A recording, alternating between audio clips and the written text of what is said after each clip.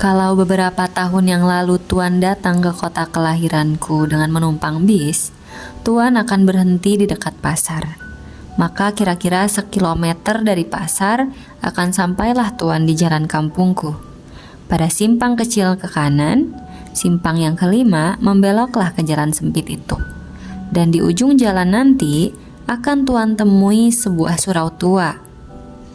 Di depannya ada kolam ikan yang airnya mengalir melalui 4 buah pancuran mandi. Dan di pelataran kiri surau itu akan Tuan temui seorang tua yang biasanya duduk di sana dengan segala tingkah ketuaannya dan ketaatannya beribadat. Sudah bertahun-tahun ia sebagai garin, penjaga surau itu. Orang-orang memanggilnya kakek. Sebagai penjaga surau, kakek tidak mendapat apa-apa. Ia hidup dari sedekah yang dipungutnya sekali sejumat. Sekali 6 bulan ia mendapat 1/4 dari hasil pemungutan ikan mas dari kolam itu. Dan sekali setahun orang-orang mengantarkan fitrah Id kepadanya. Tapi sebagai garin ia tak begitu dikenal. Ia lebih dikenal sebagai pengasah pisau karena ia begitu mahir dengan pekerjaannya itu.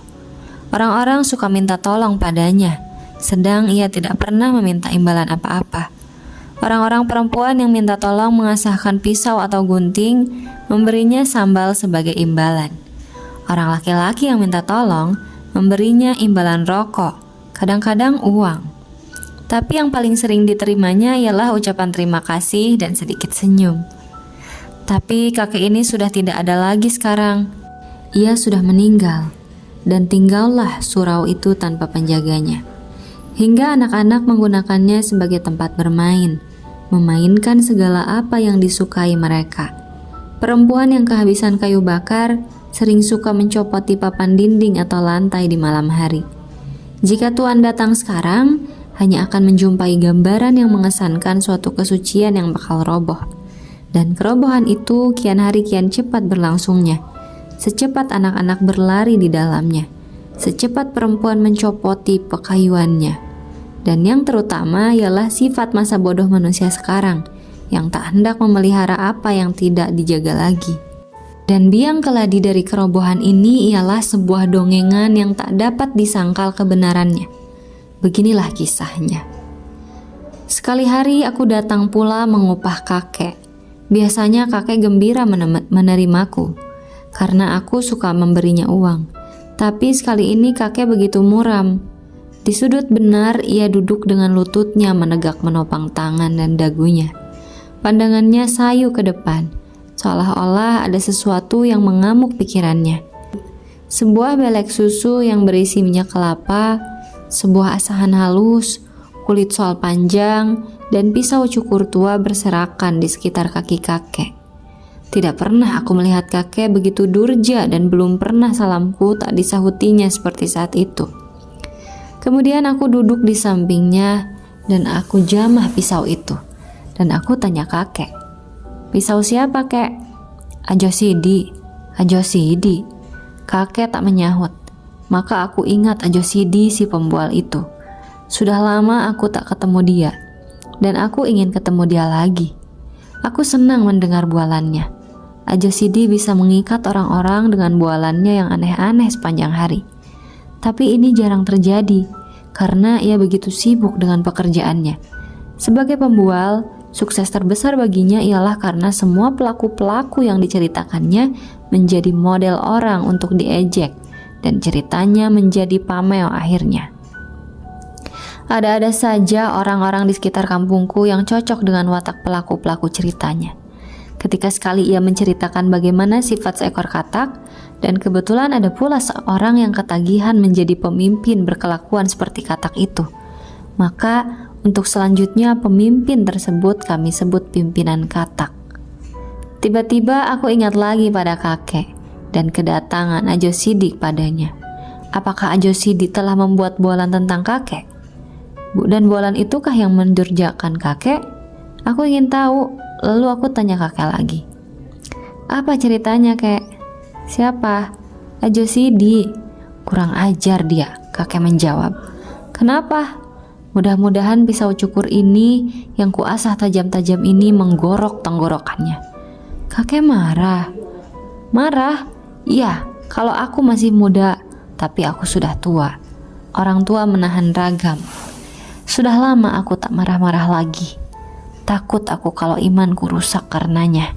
Ibadatku rusak karenanya. Sudah begitu lama aku berbuat baik, beribadat, bertawakal pada Tuhan. Sudah begitu lama aku menyerahkan diri kepadanya. Dan Tuhan akan mengasihi orang-orang yang sabar dan tawakal. Ingin tahuku dengan cerita aja sih dia yang mengurungkan kakek jadi memuncak. Aku tanya lagi kakek. Bagaimana katanya kek? Tapi kakek diam saja. Berat hatinya bercerita barangkali. Karena aku telah berulang-ulang bertanya. Lalu ia yang bertanya padaku. Kau kenal padaku bukan? Sedari kau kecil aku sudah di sini. Sedari mudaku, bukan? Kau tahu apa yang kulakukan semua, bukan? Terkutukkah perbuatanku? Dikutuki Tuhankah semua pekerjaanku? Tapi aku tak perlu menjawabnya lagi, sebab aku tahu kalau kakek sudah membuka mulutnya, dia takkan diam lagi. Aku biarkan kakek dengan pertanyaannya sendiri. Sedari muda aku di sini kan? Tak ku ingat punya istri, punya anak, punya keluarga seperti orang lain, tahu? Tak ku pikirkan hidupku sendiri. Aku tak ingin cari kaya, bikin rumah. Segala kehidupanku, lahir batin, ku serahkan pada Allah Subhanahu wa Ta'ala. Tak pernah aku menyusahkan orang lain. Lalat seekor enggan aku membunuhnya. Tapi kini aku dikatakan manusia terkutuk, umpan neraka. Marahkah Tuhan kalau itu yang kulakukan sang kamu? Akan dikutukinya aku kalau selama hidupku aku mengabdi kepadanya? Tak kupikirkan hari esokku, karena aku yakin Tuhan itu ada dan pengasih dan penyayang pada umatnya yang tawakal. Aku bangun pagi-pagi, aku bersuci, aku pukul beduk membangunkan manusia dari tidurnya supaya bersujud padanya. Aku sembahyang setiap waktu, aku puji-puji dia, aku baca kitabnya. Alhamdulillah kataku bila aku menerima karunia-Nya. Astagfirullah kataku bila aku terkejut. Masya Allah kataku bila aku kagum. Apa salahnya pekerjaanku itu? Tapi kini aku dikatakan manusia terkutuk. Ketika kakek terdiam agak lama, aku menyelakan tanyaku. Ya katakan kakek begitu kek. Ia tak mengatakan aku terkutuk, tapi begitulah kira-kiranya. Dan aku melihat mata kakek berlinang. Aku jadi belas kepadanya. Dalam hatiku, aku mengumpati Ajosidi yang begitu memukuli hati kakek. Dan ingin tahuku menjadikan aku nyinyir bertanya dan akhirnya kakek bercerita lagi. Pada suatu waktu, kata Ajosidi memulai. Di akhirat Tuhan Allah memeriksa orang-orang yang sudah berpulang. Para malaikat bertugas di sampingnya. Di tangan mereka tergenggam daftar dosa dan pahala manusia. Begitu banyak orang yang diperiksa. Maklumlah di mana-mana ada perang. Dan di antara orang-orang yang diperiksa itu ada seorang yang di dunia dinamai Haji Saleh. Haji Saleh itu tersenyum-senyum saja karena ia sudah begitu yakin akan dimasukkan ke dalam surga. Kedua tangannya ditopangkan di pinggang sambil membusungkan dada dan menekurkan kepala ke kuduk. Ketika dilihatnya orang-orang yang masuk neraka, bibirnya menyunggingkan senyum ejekan. Dan ketika ia melihat orang yang masuk ke surga, ia melambaikan tangannya seolah hendak mengatakan, "Selamat ketemu nanti." Bagai tak habis-habisnya orang yang berantri begitu panjangnya. Susut di muka bertambah yang di belakang, dan Tuhan memeriksa dengan segala sifatnya. Akhirnya sampailah giliran Haji Saleh. Sambil tersenyum bangga, ia menyembah Tuhan. Lalu Tuhan mengajukan pertanyaan pertama. "Engkau?" "Aku Saleh, tapi karena aku sudah ke Mekah, Haji Saleh namaku. Aku tidak tanya nama. Nama bagiku tak perlu. Nama hanya buat engkau di dunia." "Ya Tuhanku, apa pekerjaanmu di dunia?" "Aku menyembah engkau selalu Tuhanku." "Lain?" "Setiap hari, setiap malam. Bahkan setiap masa aku menyebut-nyebut namamu." "Lain?" "Iya Tuhanku, tak ada pekerjaanku selain daripada beribadat menyembahmu, menyebut-nyebut namamu. Bahkan dalam kasihmu, ketika aku sakit, namamu menjadi buah bibirku juga. Dan aku selalu berdoa, mendoakan kemurahan hatimu untuk menginsafkan umatmu. Lain, Haji Saleh tak dapat menjawabnya lagi. Ia telah menceritakan segala yang ia kerjakan, tapi ia insaf. Pertanyaan Tuhan bukan asal bertanya saja. Tentu ada lagi yang belum dikatakannya, tapi menurut pendapatnya, ia telah menceritakan segalanya. Ia tak tahu lagi apa yang harus dikatakannya. Ia termenung dan menekurkan kepalanya. Api neraka tiba-tiba menghawakan kehangatannya ke tubuh Haji Saleh, dan ia menangis. Tapi setiap air matanya mengalir, diisap kering oleh hawa panas neraka itu. Lain lagi, tanya Tuhan. Sudah hamba-Mu ceritakan semuanya, oh Tuhan yang maha besar, lagi maha pengasih dan penyayang, adil dan maha tahu. Haji Saleh yang sudah kuyuh mencobakan siasat merendahkan diri dan memuji Tuhan dengan pengharapan semoga Tuhan bisa berbuat lembut terhadapnya dan tidak salah tanya kepadanya. Tapi Tuhan bertanya lagi, tak ada lagi? Anu Tuhanku, aku selalu membaca kitab-Mu. Lain, sudah kuceritakan semuanya, oh Tuhanku. Tapi kalau ada yang lupa, aku katakan, aku pun bersyukur karena Engkaulah maha tahu. Sungguh tidak ada lagi yang kau kerjakan di dunia ini selain yang kau ceritakan tadi? Ya, itulah semuanya Tuhanku. Masuk kamu. Dan malaikat dengan sigapnya menjewer Haji Saleh ke neraka. Haji Saleh tidak mengerti kenapa ia dibawa ke neraka. Ia tak mengerti apa yang dikehendaki Tuhan daripadanya dan ia percaya Tuhan tidak silap. Alangkah tercengang Haji Saleh karena di neraka itu banyak teman-temannya di dunia terpanggang hangus, merintih kesakitan. Dan ia tambah tak mengerti dengan keadaan dirinya, karena semua orang yang dilihatnya di neraka itu tak kurang ibadatnya dari dia sendiri. Bahkan ada salah seorang yang telah sampai 14 kali ke Mekah dan bergelar syekh pula. Lalu Haji Saleh mendekati mereka dan bertanya kepada mereka, kenapa mereka dinerakakan semuanya? Tapi sebagaimana Haji Saleh, orang-orang itu pun tak mengerti juga. Bagaimana Tuhan kita ini? Kata Haji Saleh kemudian. Bukankah kita disuruhnya taat beribadah, teguh beriman? Dan itu semua sudah kita kerjakan selama kita hidup. Tapi kini kita dimasukkannya ke neraka. Iya, kami juga heran. Tengoklah orang itu, senegeri dengan kita semua, dan tak kurang ketaatannya beribadat, kata salah seorang di antaranya. Ini sungguh tidak adil. Memang tidak adil, kata orang-orang itu mengulangi ucapan Haji Saleh. Kalau begitu, kita harus minta kesaksian atas kesalahan kita. Kita harus mengingatkan Tuhan kalau ia silap memasukkan kita ke neraka ini. Benar. Suarakan yang lain membenarkan Haji Saleh. Kalau Tuhan tak mau mengakui kesilapannya, bagaimana? Suatu suara melengking di dalam kelompok orang banyak itu. Kita protes, kita resolusikan, kata Haji Saleh. Apa kita revolusikan juga? Tanya suara yang lain yang rupanya di dunia menjadi pemimpin gerakan revolusioner. Itu tergantung pada keadaan, kata Haji Saleh. Yang penting sekarang mari kita berdemonstrasi menghadap Tuhan. Cocok sekali. Di dunia dulu dengan demonstrasi saja banyak yang kita peroleh. Sebuah suara menyela. Setuju. Mereka bersorak beramai-ramai. Lalu mereka berangkatlah bersama-sama menghadap Tuhan. Dan Tuhan bertanya, kalian mau apa? Haji Saleh yang menjadi pemimpin dan juru bicara tampil ke depan. Dan dengan suara yang menggeletar dan berirama rendah, ia memulai pidatonya. Oh Tuhan kami yang maha besar, kami yang menghadap-Mu ini adalah umat-Mu yang paling taat beribadat, yang paling taat menyembah-Mu. Kamilah orang-orang yang selalu menyebut nama-Mu, memuji-muji kebesaran-Mu, mempropagandakan keadilan-Mu dan lain-lainnya. Kitab-Mu kami hafal di luar kepala kami, tak sesat sedikit pun kami membacanya. Akan tetapi Tuhanku yang Maha Kuasa, setelah kami Engkau panggil kemari, Engkau memasukkan kami ke neraka.